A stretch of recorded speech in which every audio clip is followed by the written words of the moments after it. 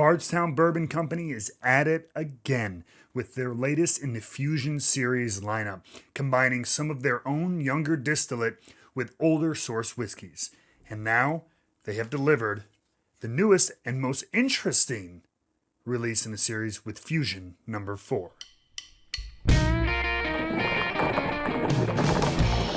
Hey everybody, it's Matt, Wrestling with Whiskey, back again. Thank you very much for being here. And since you are here, if you like what you hear and see, go ahead and like, subscribe, leave a comment down below. We try to get back to each and every one of those, and you'll know anytime Wrestling with Whiskey goes live. But today, we are here to look at Bardstown Bourbon Company Fusion number 4. This is the latest in the Fusion series. Bardstown has been taking some of their younger distillate, which is still maturing, and blending it with older source distillate from around Kentucky. In the first two releases, they combined a wheated bourbon and a high rye bourbon of Bardstown Bourbon Company's distillate with an older 13-year sourced stock Kentucky whiskey.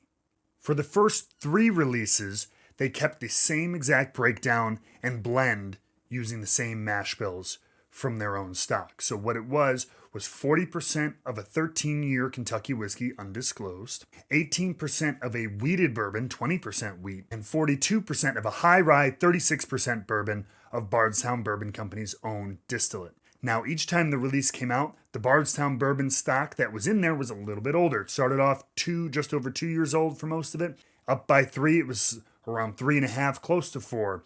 But now, with Series 4, we throw it out the window. Totally different ratio, similar kind of numbers, but now it's a different blend altogether. So for number 4, we are looking at, you can see it right here, and the transparency is great. It's always right on the bottle. Fusion Series 4 is 40% of a 13-year, once again, 13-year Kentucky bourbon, but now it's 11% of a super high rye Bardstown Bourbon Mash Bill of 60% corn, 40% rye. No barley, no nothing, just 40% rye.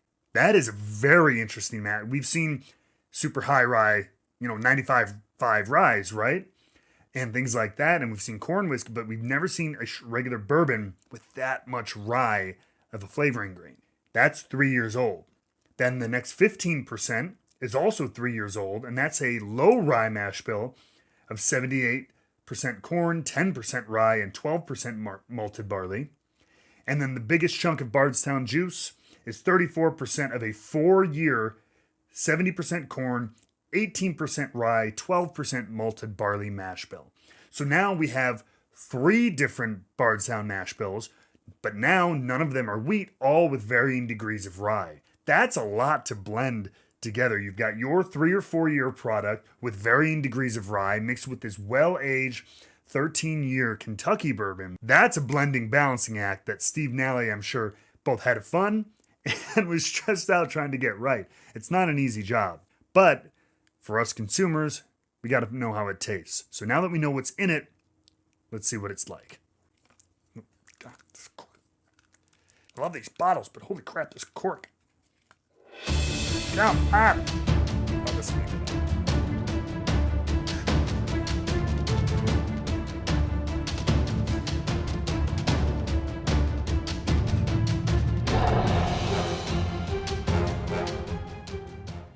Fusion number 4. Oh my God. So here we have Fusion number 4. Great color on it. Whip it around in the glass a little bit. Nice. Substantial legs coming off this one. I like that. Let's take a whiff. Deep waft of caramel. Spicy caramel. Oh, there's like butter and cocoa coming off there. It smells thick. As weird as that sounds, it smells thick. Yeah, like brown butter, sugar and baking spices. For sure, like a bananas Foster undertone. Very, very rich, desserty, but there's that little bit of that banana note, a little bit of that peppery note in there.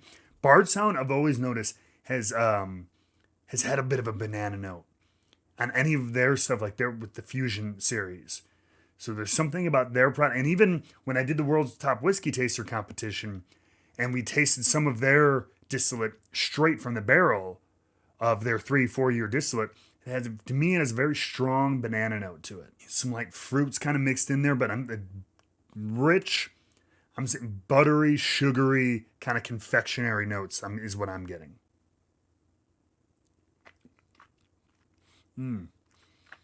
That bananas Foster is back. Nice waft of spice over right in the middle palate. Right in the middle palate. Nice long finish. You have to believe a lot of that is from that 13-year-old bourbon that's in there. That's almost half the blend. But there is a lot of really nice spice on here. That high rye, especially that high rye content. Let's take a look at that again.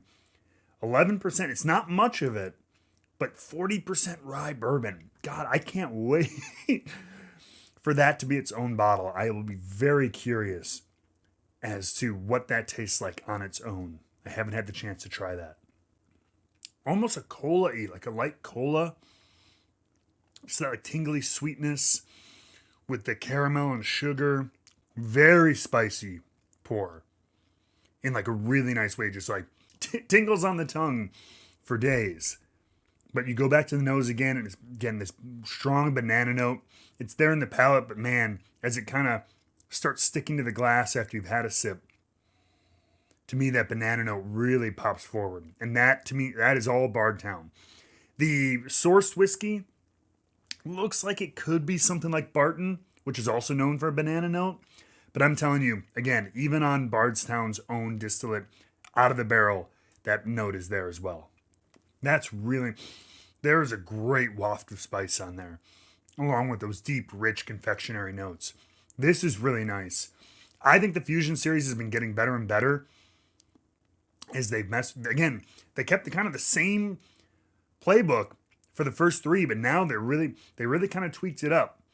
That 13-year sourced whiskey is still making up about the same amount in the blend, but they are messing with the Bardstown portion of that, which is very interesting. I'm wondering if 5 will be this same one or if they'll flip it up again. But this is the best one so far. I remember the Fusion 1 was solid, but I thought it was a little rough around the edges. The extra young Bardstown distillate, but I thought 3 was solid as well. I thought 3 was the best of the series because the Bardstown portion had aged more. But this one, introducing these different rye levels in the mash bill, I think has made the most interesting and layered blend to date. I can't wait to see what happens with 5. And it's still going to be sitting on your shelf for $59.99. You know, this is, as the Bardstown distillate's getting old, they're not charging you now $70 and then $80. And then, nope, this is a $60 release. As far as I know, unless it starts going crazy and disappearing for shelves, that is their MSRP, and they don't intend to change it. So, I mean, if you were able to get 3, get yourself another bottle of 3. I think it's solid. This one, when it hits your state, hits your shelves, I strongly recommend you picking up a bottle of this. Fantastic. Guys, make sure you like, subscribe, all that not mumbo jumbo from the beginning. We will see you on the next one. And until then, always be wrestling with whiskey, and cheers to you.